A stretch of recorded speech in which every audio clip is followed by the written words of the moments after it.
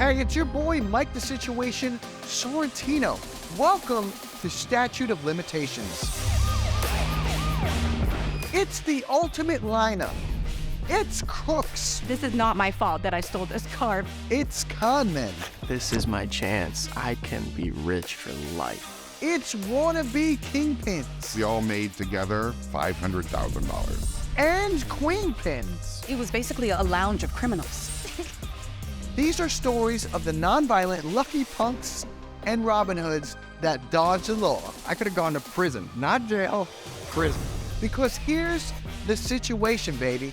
It's only a matter of time before the statute of limitations is up. And technically, you might walk away scot-free. But don't take it from me, guys. I'm obviously no lawyer. This is Statute of Limitations.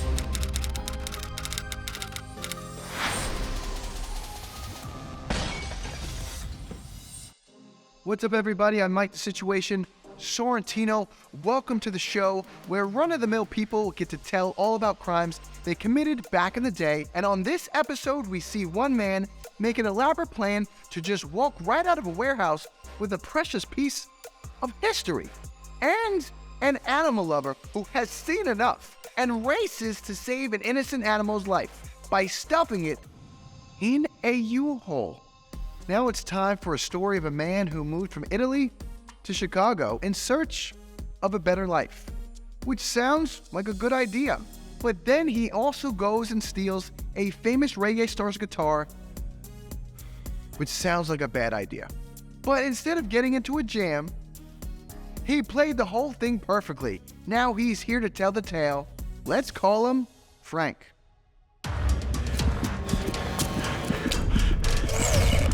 My name is you can call me Frank, and I committed the perfect crime and I got away with it. Statute of Limitations has passed 5 years ago for me. This story is so freaking crazy. So early 2000 I left Italy because I was financially struggling and I needed to take action, I needed to do something. So I decided for Chicago because my cousin was already there. So at least I had one roof on my head immediately. After a few years, I ended up working for an AC plumbing company. And one day, me and my colleagues have been recruited to go to a special warehouse because they were having problem and remodeling the whole place. Why I say special? Because it was an auction warehouse. It was full of artifacts, priceless pieces, original documents, pianos. It was insane, the amount of expensive things that was in there. And day by day, I started to become friend with the guard supervisor.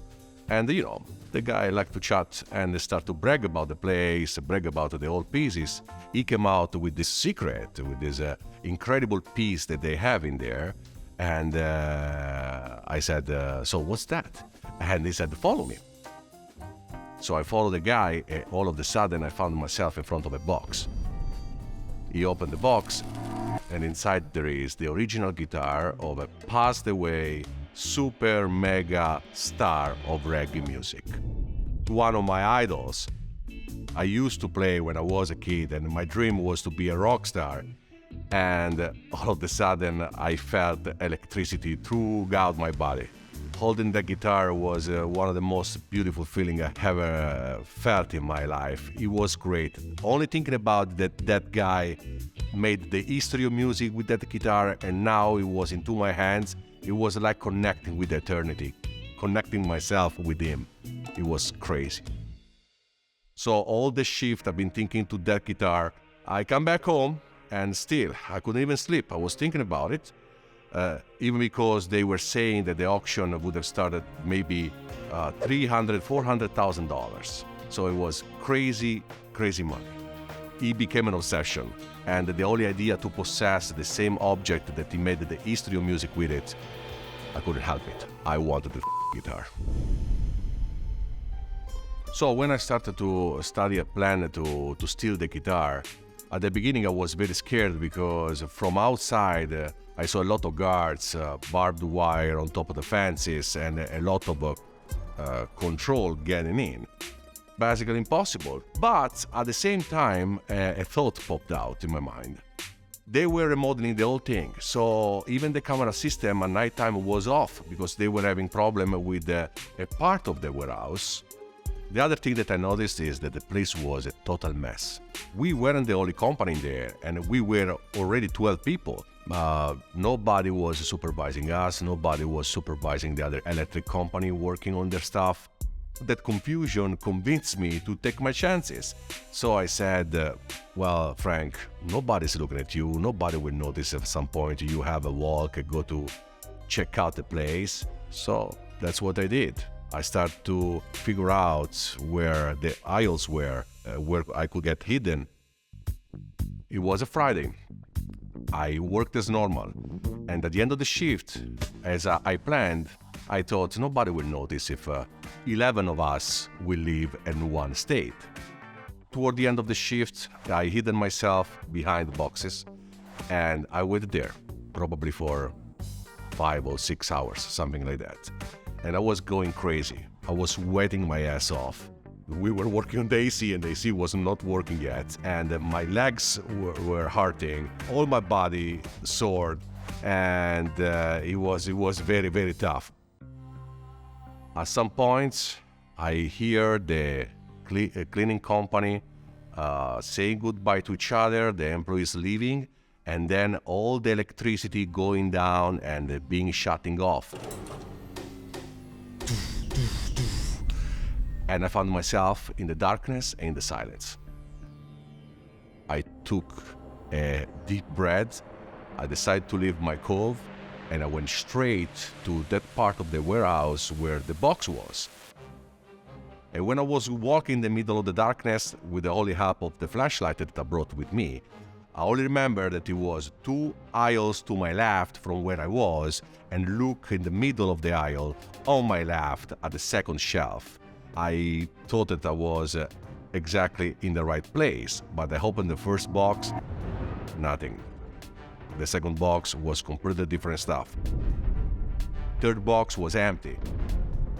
I started to go in panic because I knew that I didn't have all the time of the world, and I was trying to talk myself out to leave the place. At the same time, the other part of me was convincing me to stay, but was paralyzed. If a dude from Italy loves reggae music, does that make him a Pastafarian? I know, guys. Listen, I'm Italian and I can make that joke. Anyway, I couldn't help it. Just like our man Frank can't help stealing a famous guitar. And even though he said Italians don't talk, when it comes to these details on how he got away with it, he's gonna sing like a canary next. Welcome back, guys, to Statute of Limitations, where a guy calling himself Frank is waiting to steal a famous reggae star's guitar in an auction warehouse. Luckily, the whole thing ends on a high note. Here's how. But I opened the first box, nothing. The second box was completely different stuff. Third box was empty. I started to go in panic because I knew that I didn't have all the time of the world, but at the same time I kept going to look for, and then finally I realized that I was looking in the wrong direction. I moved some feet on my right, and then I found the box that the guard supervisor showed me some day before. I opened it and the guitar was there. My heart was exploding. I took a deep breath and then I grabbed the guitar. Very slowly I started to walk toward the exit to the parking lot. That case in my hand was like gold and it was like killing me at the same time. And I was already feeling so guilty. And that walk looked infinite. I was walking and walking and walking faster and faster and faster, and I had like the feeling, the sensation that that door was always too far away. Probably my mind that walked last hours. And the moment I opened the door with that case in my right hand, I felt all the feelings of the world. Last thing you know, it was me driving toward home in this very bad neighborhood of Chicago. When I got home, instinctively I said, okay, now I can finally play these chords and try to feel like that mega star. But I felt so weird. I felt so off. And believe it or not, I put the guitar in front of me on the couch, and I've been staring at that guitar probably all night long, for hours, without not even touch it. It was a mix of emotions. I never played the guitar. I never played it. I wanted to scream to the world what I did. At the same time, I couldn't. I didn't tell to anybody, not even my family, not even my best friends. I couldn't feel safe. The only one who knew about that, it was me. It's only been in my place for all the time it needed to be there. I know you guys are dying to know who I sold the guitar to, but I can't tell you that. I cannot. You know, I come from Italy, and in my country, we know how to do one thing very well: keep your mouth shut. Then little by little, I started to cope with the fact that I needed to come back to a normal life, even because there was the risk to look even too much suspicious. So I decided to go back to work. I was looking around me like a mole, but at the same time, I would try to look calm and quiet, of course.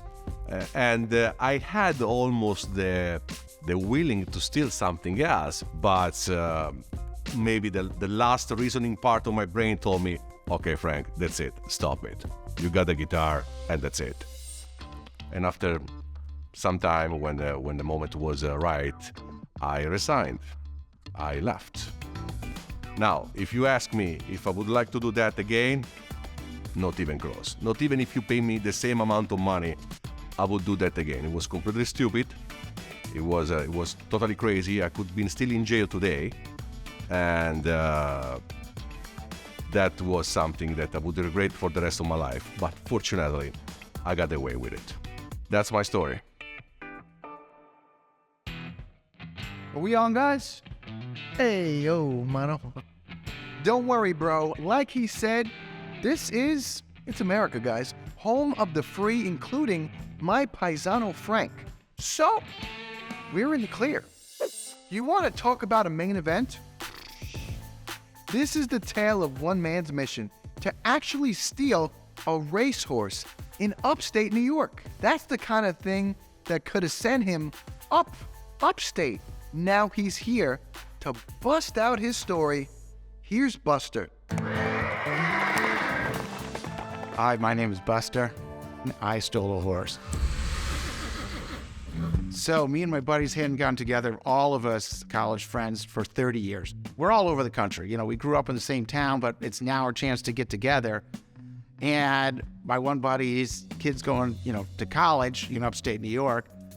He's got his first apartment off campus, so he's got to load furniture in and bring it to his new apartment. So he figured, hey, we'll just meet there. There's a track near his college. We'll just, have a good time, gamble, drink, and after he drops his kid off at college, we'll just hang out there for the weekend, drink, and, go to the races and stuff. I get out from LA, acting like a big shot, being in the business and everything. I want to prove that I'm going to throw some money around and gamble big. And I've actually gambled on horses before, usually with moderate success, which is better than most people. So, he comes up to the school and drops his kid off, and he's got his U-Haul, and I, get my rental car, and we all meet up at the hotel, which is about 2 miles from the track.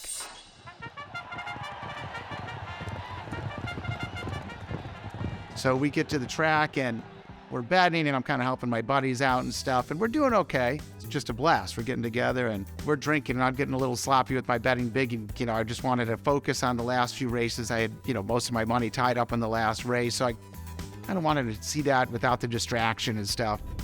I walked down, kind of meander my day, right next to kind of where they cross the finish line.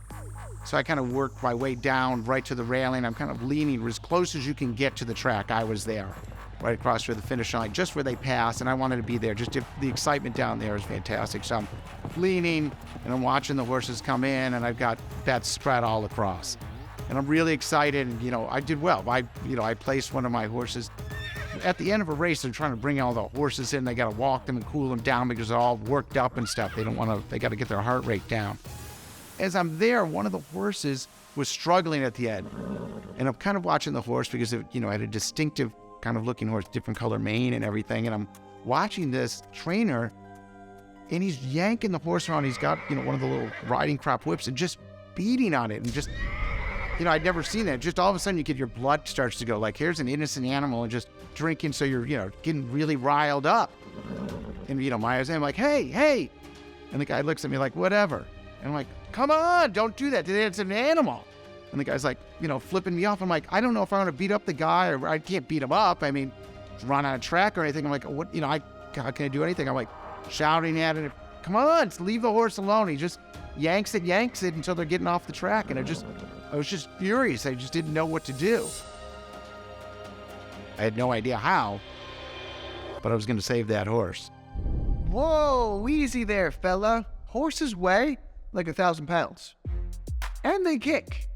I got a cousin Tina like that, and you couldn't pay me to mess with her. So, how exactly do you steal a racehorse and get away with it? My mind is blown right now, guys. We're headed into the backstretch for the answer on Statute of Limitations next. Welcome back to Statute of Limitations. Our boy Buster is ready to save the day after seeing a racehorse take a beating by a trainer. So he's whipped up a plan to actually steal the horse and bring it to greener pastures. Check this out. There's people just kind of cleaning up at this time, and there's a woman directing people. She's kind of the manager with the staff, and she obviously has come some position there. I don't know what it was, but she was kind of a manager of stuff. And I'm, hey, where do they take the horses? Where are they? And she's like, well, we don't keep the horses here. They keep them, a couple miles away. But like, I want to buy that horse. Nobody should treat a horse that poorly. I was able to look it up on the internet and see where it was. And it was actually really close to our hotel where we were staying. And it kind of, all right, gave me, an idea of, I could do something. And basically I wanted to steal the horse. But, we went from there. We back to the hotel right after that. My buddies they're giving me a hard time. They're calling me the horse whisperer because I'm so passionate about the horse. And they're like, oh, horse whisperer. We got the horse whisperer over here. Then it just becomes whisper. So they're calling me whisper, and that's getting my blood up. And, this is it. We've always did all those crazy stuff we used to do. Come on, we did stuff in college. We did stuff. Let's do something like something memorable. Here we are together. And the other guys are just into playing cards. They're, we're older now. They're too lazy to get out. They're just happy to have sports on in the background, drink and play cards. But I'm like, I'm going to rescue that horse. I'm going to steal it. I'm going to do something. I got to do something. And that's where I kind of started hatching the plan.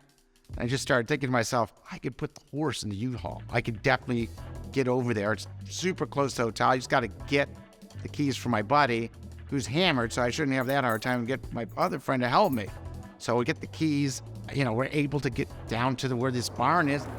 So I kind of pull up. It's, a dirt road, and I can see dusk. So I'm kind of looking through, and I don't want to get too close. I'm not sure how close you can pull a U-Haul to a barn. And I could tell, nobody's really paying attention to me. There's activity, but not crazy. But we park, and I get out and walk, and you see guys kind of walking horses around like this ring that they kind of keep near these, I guess, the barns or whatever stables. I'm kind of wandering through the barn and kind of looking, and I just think you act like you know what you're doing, they'll just kind of leave you alone. So I'm kind of looking for horses, and some are really getting riled up, just me walking through, and I spot the horse that has that mane that I recognize, and I'm kind of looking around, and nobody's paying attention to me, and you're nervous. The animals are gigantic, and I've never actually led a horse or done anything like that. I'm dying for that, but, pure bravery, I'm able to get in there, thinking it's going to stomp on me. I'm able to lead the horse out. I just looking at kind of what the other guys are doing. I'm just start walking kind of confidently, and I just keep on walking until I'm at the U-Haul. Now the problem is I got to get the horse in the U-Haul. I don't know how I'm going to do it. It's kind of a problem. My buddy's just drunk and laughing at me. He doesn't even want to help. He's just lying on the ground laughing at me, trying to jump. And the horse, no idea. I mean, they're huge. And he goes in the U-Haul, and for some reason the horse follows in him because he has food in his hand and just goes to him. So we get it in the U-Haul, close it, and I just loosely tied it. So I don't want to go that fast because I'm thinking I'm going to kill the horse that I'm actually trying to save. So I'm going really slow. I'm on this country road. It doesn't have brights. I'm thinking I'm going to crash every 5 seconds. I'm drunk. And my buddy's just laughing the whole time, and we see this sign that says Friendly Farms, and it's like a sign, oh my gosh, this is where we belong. We're driving for a while. Let's just drop the horse off here at Friendly Farms. This is where the horse is. You can see kind of a barn or in the background, but there's a big fence that keeps the horses in. You don't want to get too close. I just want to get the horse out. And my buddy's also getting a little nervous. I can sense like we've been gone a little bit.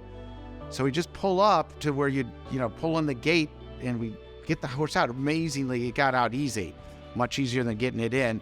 And we lead it up to the gate and the horse just kind of trots off without me doing anything.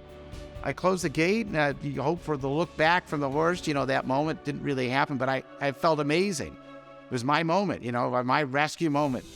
And we hop back in to our U-Haul, drive back. Of course, we get back to our car game. They didn't even know we were gone because they're still drunk and playing cards. And we just started playing, and I'm feeling amazed. I could care less if I lost all my money. It just was this great magical moment, hanging out with your buddies. A great story. It was a perfect guys' weekend. That's the way it was supposed to be. So we began to wonder, what did happen when they got up in the morning at Friendly Farms and they had an extra horse? Did they not notice, or nobody seemed to inquire, hey, there was a horse stolen? They just seemed to get away with it. We're just pretty happy with Friendly Farms right now.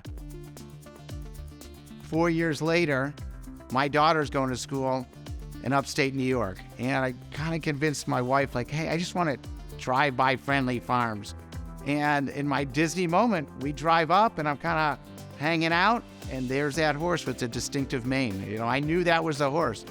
And 4 years later, that horse is still there. So now that the statute of limitations has run its course, I got away with stealing a horse. And that's the story of the Great Whisperer. I would definitely never steal a horse again. Got 2 greyhounds now, but I'm going to have to wait a couple of years before I tell you that story. And that is how you steal a horse and get away with it. Not that we condone that sort of thing. Buster, you're my hero. And that's our show, guys. I'm Mike, the Situation Sorrentino, everyone's favorite felon. It's a joke. Anyway, remember, despite what you've heard here, crime doesn't pay. See you next time on Statute of Limitations. This program is for entertainment purposes only, and it is not legal advice. The statute of limitations are complicated and depend on many factors. If you need advice, you should seek legal counsel from a competent attorney in your jurisdiction.